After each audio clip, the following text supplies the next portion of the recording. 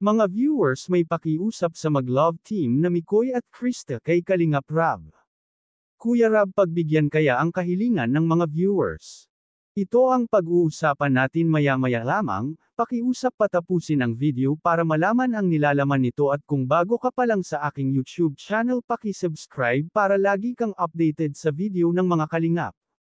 Mga ka-viewers, Kalingap Rab, nalilito kung pagbibigyan pa ba ang hiling ng mga viewers na kung pwede pa bang pagbigyan ng isa pang pagkakataon na e-vlog si Mikoy at Eden. Dahil kung matatandaan nga natin, itong si Mikoy at Eden talaga ang unang mag-love team. Kalingap Rab, nagdadalawang isip na nga kasi pinapili na nga niya itong si Mikoy kung sino ang gusto nito maka-love team, at pinili nga nito si Krista. Nalulungkot din naman si Mikoy para kay Eden, pero mas matimbang daw talaga si Krista sa puso niya.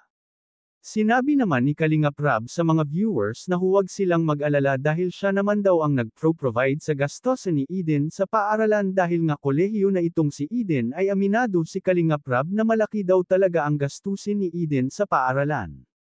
Pinaliwanag na ni Kalingap Rab sa mga viewers na darating din ang love team na para kay Eden, hindi pa daw siguro ngayon. Tungkol naman doon sa usapin na kung bibigyan pa ba niya ng isa pang vlog si Mikoy at Eden, sinabi ni Kalingap Rab na pag-isipan pa daw niya kasi nakakahiya naman daw nakapag-desisyon na si Mikoy. At saka naaaliw na rin si Kalingap Rab sa love team ni Mikoy at Krista. Baka nga raw ito na ang kokomplito sa love team na kung tawagin ay Big Four. Dahil sa umpisa pa lang ng love team nila ay malakas na ang hatek ng dalawa na ito sa tao.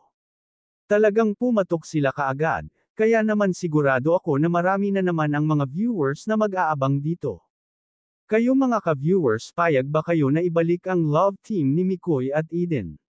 Sigurado ako ang ibang viewers nito hindi napapayag kung si Kalingap Rab nga ay parang ayaw ng buwagin ng Mikoy at Krista, dahil pati si Kalingap Rab ay kinikilig ng hindi niya namamalayan.